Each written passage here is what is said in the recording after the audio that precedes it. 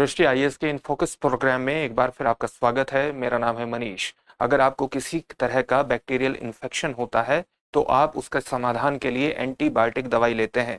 Antibiotic दवाई का एक मुख्य घटक है पेनिसिलिन जी, जिसका विनिर्माण भारत में 1990 के दशक में बंद हो गया था। भारत एक बार फिर से पेनिसिलिन जी के विनिर्माण की शुरुआत कर रहा है। तो आज के इन फोकस प्रोग्राम में हम ये समझने का प्रयास करेंगे कि 1990 के दशक में भारत में पेनिसिलिन जी का विनिर्माण बंद क्यों हो गया था और भारत क्यों इसके विनिर्माण को दोबारा शुरू कर रहा है। हमारे टॉपिक का नाम होगा पेनिसिलिन जी का निर्माण फिर से क्यों करेगा भारत।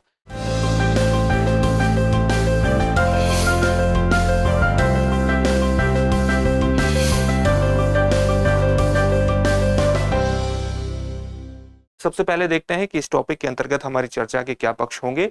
सबसे पहले हमने उस खबर को जान लिया है जिसके कारण ये पूरा टॉपिक चर्चा में है, इसलिए हमारे लिए ये जानना जरूरी है कि पेनिसिलिन जी क्या है, भारत में इसका निर्माण 1990 के दशक में क्यों बंद हुआ था, इसके कारण को जानेंगे और इसके बाद देखेंगे कि पुनः आरंभ करने में भारत को इतना समय क्यों लगा, यानी लगभग 3 दशक का समय भारत को क्यों लगा है। इसके विनिर्माण को दोबारा शुरू कर पा रहा है भारत, इसके पीछे एक भारत सरकार की महत्वपूर्ण योजना है जिसको हम प्रोडक्शन लिंक्ड इंसेंटिव योजना के नाम से जानते हैं। तो इसके प्रभाव पर भी चर्चा करेंगे और अंत में आपके लिए एक अभ्यास प्रश्न होगा जिसका उत्तर आपको कमेंट बॉक्स में कमेंट करके देना होगा। ये यूपीएससी की मुख्य परीक्षा के सामान्य अध्ययन प्रश्न पत्र 3 से इस टॉपिक को आप जोड़ सकते हैं। उसके भारतीय अर्थव्यवस्था के साथ साथ विज्ञान एवं प्रौद्योगिकी खंड से भी आप इस टॉपिक को जोड़ करके देख सकते हैं। हम आगे बढ़े इससे पहले आप हमारे चैनल को सब्सक्राइब जरूर करिए जिससे हमारे सभी प्रोग्राम का नोटिफिकेशन आपको प्राप्त हो सके। साथ ही इन फोकस दृष्टि आईएएस के टेलीग्राम चैनल पर इन सभी प्रोग्राम की पीडीएफ फाइल आपको उपलब्ध कराई जा रही है। डिस्क्रिप्शन में दिए गए लिंक पर जाकर के आप वहां से पीडीएफ फाइल डाउनलोड कर सकते हैं। सबसे पहले देखते हैं कि वस्तुतः पेनिसिलिन जी होता क्या है। ये वस्तुतः एक सक्रिय फार्मास्यूटिकल घटक है जिसको सामान्य तौर से एक्टिव फार्मास्यूटिकल इंग्रेडिएंट्स कहते हैं। ये कई सामान्य एंटीबायोटिक्स में उपयोग किया जाता है। अगर आप किसी भी तरह के बैक्टीरियल इन्फेक्शन से पीड़ित होते हैं तो आपको एंटीबायोटिक दी जाती है और कई एंटीबायोटिक्स में इस सक्रिय फार्मास्यूटिकल घटक के रूप में पेनिसिलिन जी का प्रयोग किया जाता है। अगर किसी ड्रग का इच्छित प्रभाव पैदा करना है, यानी डिजायर्ड इफेक्ट पैदा करना है, उत्पन्न करना है, तो उसका मुख्य घटक होता है एपीआई यानी एक्टिव फार्मास्यूटिकल इंग्रेडिएंट, और इसी एपीआई का एक मुख्य रूप है पेनिसिलिन जी जिसका एंटीबायोटिक्स में बड़े स्तर पर इस्तेमाल होता है। अगर आपको किसी तरह से बैक्टीरियल इन्फेक्शन के कारण जो बीमारियां होती है, जैसे चाहे निमोनिया हो, चाहे मेनिंजाइटिस हो, गोनोरिया हो या सिफिलिस हो, इन सभी की दवाइयों के निर्माण में पेनिसिलिन जी का इस्तेमाल होता है और इसलिए इसका विशिष्ट महत्व है। अब हम ये देखते हैं कि भारत में इसका निर्माण 1990 के दशक में किन कारणों की वजह से बंद हो गया था। दरअसल सबसे प्रमुख कारण यह था कि 1991 में भारत में आर्थिक उदारीकरण की नीति अपनाई गई। आर्थिक उदारीकरण की नीति के तहत भारतीय बाजार वैश्विक उत्पादों के लिए खुला और साथ ही वैश्विक बाजार भी भारतीय उत्पादों के लिए खुला।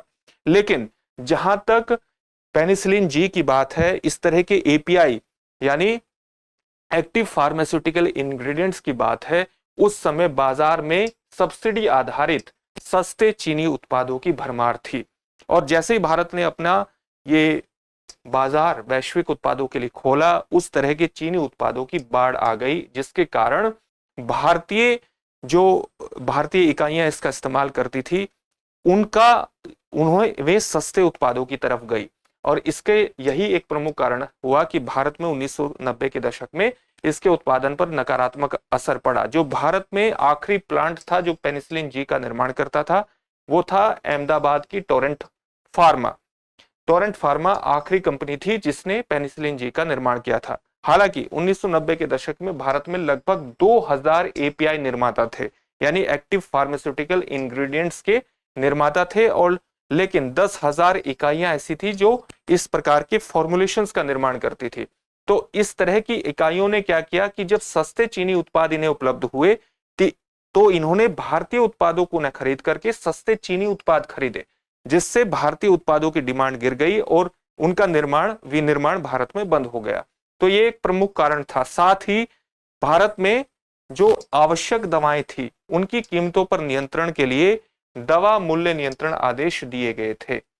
उन दवा मूल्य नियंत्रण आदेश। तो इसलिए जितनी भी कंपनियां थी उनके लिए सस्ते उत्पादों का प्रयोग करना विशेष रूप से महत्वपूर्ण हो गया। जैसे पैरासिटामोल की उस समय जो भारत द्वारा निर्धारित, भारत जो उसकी कीमत लगाता था वो लगाता था 800 रुपया पर किलोग्राम, जबकि चीन की पैरासिटामोल की जो कीमत थी वो 400 रुपया पर किलोग्राम थी। तो स्वाभाविक है, तो भारत किसको खरीदेगा? भारत इसी चीन के उत्पाद को ही खरीदेगा। और यही कारण रहा कि भारत में जो एक्टिव फार्मास्यूटिकल इंग्रेडिएंट्स हैं उनका विनिर्माण धीरे धीरे बंद होता चला गया।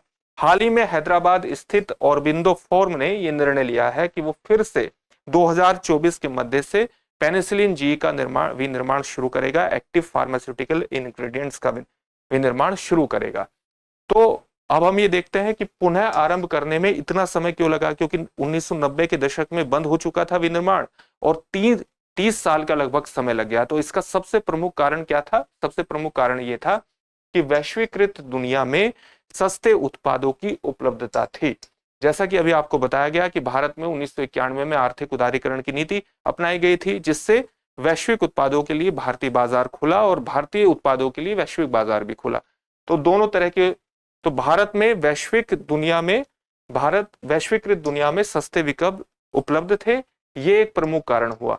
हाल ही में महामारी के दौरान, कोविड-19 महामारी के दौरान आपूर्ति श्रृंखला में बहुत तरह के व्यवधान देखे गए और भारत को ये जरूरत महसूस हुई कि इस तरह के आपूर्ति श्रृंखला के व्यवधानों से बचने के लिए जरूरी है कि घरेलू स्तर पर हर तरह के उत्पादन को बढ़ावा दिया जाना चाहिए। और इसलिए भारत सरकार ने 2021 में एक महत्वपूर्ण योजना 14 सेक्टर्स के लिए शुरू की, जिसको हम PLI योजना कहते हैं, प्रोडक्शन लिंक्ड इंसेंटिव योजना। यानी अगर कोई भी कंपनी या कोई भी सेक्टर अपने उत्पादों की बिक्री को बढ़ाता है तो भारत सरकार उसको प्रोत्साहन राशि प्रदान करेगी ताकि उसके मैन्युफैक्चरिंग बेस को बढ़ाया जा सके और इंटरनेशनल मार्केट में उसको स्थापित किया जा सके, घरेलू स्तर पर उत्पादन को बढ़ाया जा सके, भारत अलग अलग मैन्युफैक्चरिंग सेक्टर्स में आत्मनिर्भर हो सके। इसलिए 2021 में इस योजना की शुरुआत की गई थी ताकि भारत में विनिर्माण को प्रोत्साहन प्रदान किया जा सके।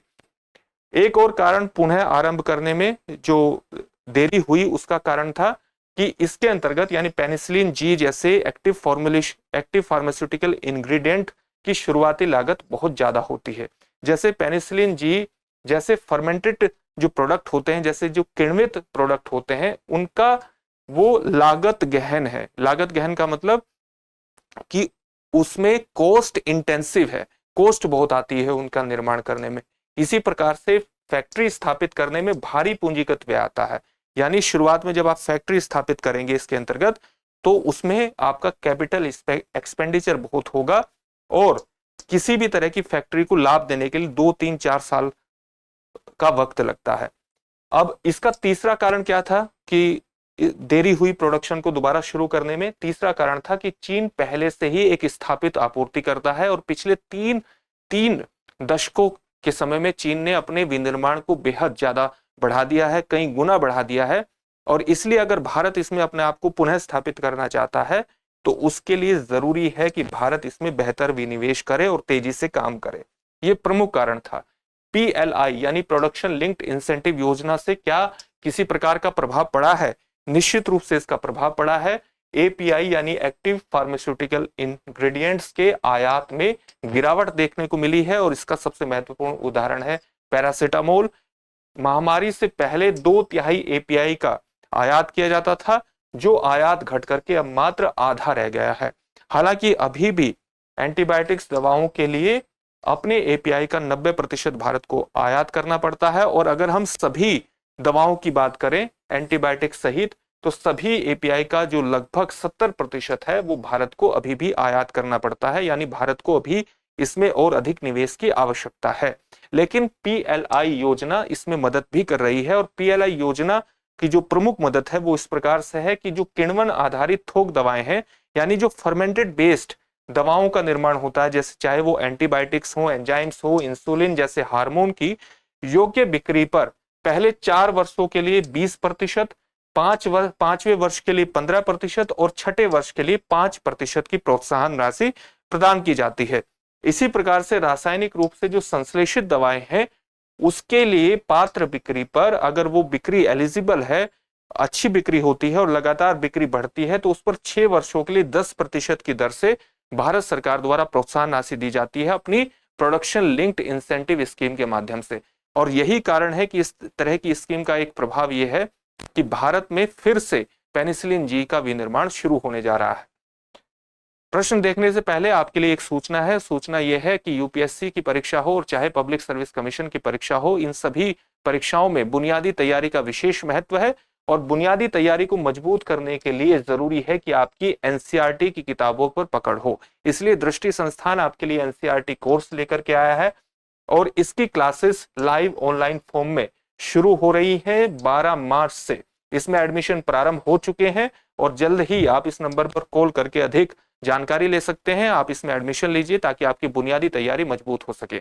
अंत में इस टॉपिक से संबंधित प्रश्न देख लेते हैं। प्रश्न क्या है, किस कारण भारत में पेनिसिलिन जी के विनिर्माण को दोबारा शुरू करने में अधिक समय लगा? आपके ऑप्शंस क्या है? वैश्विक स्तर पर अधिक सस्ते विकल्पों का उपलब्ध होना, प्रारंभिक लागत का उच्च होना, चीन का पहले से ही एक स्थापित आपूर्तिकर्ता होना, या उपर्युक्त में से कोई नहीं। माफ कीजिएगा, ये जो ऑप्शन है ये उपर्युक्त सभी होना चाहिए। ये जो ऑप्शन होगा ये होगा उपर्युक्त सभी।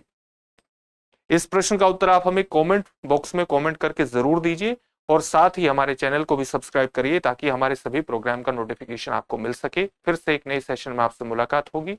धन्यवाद।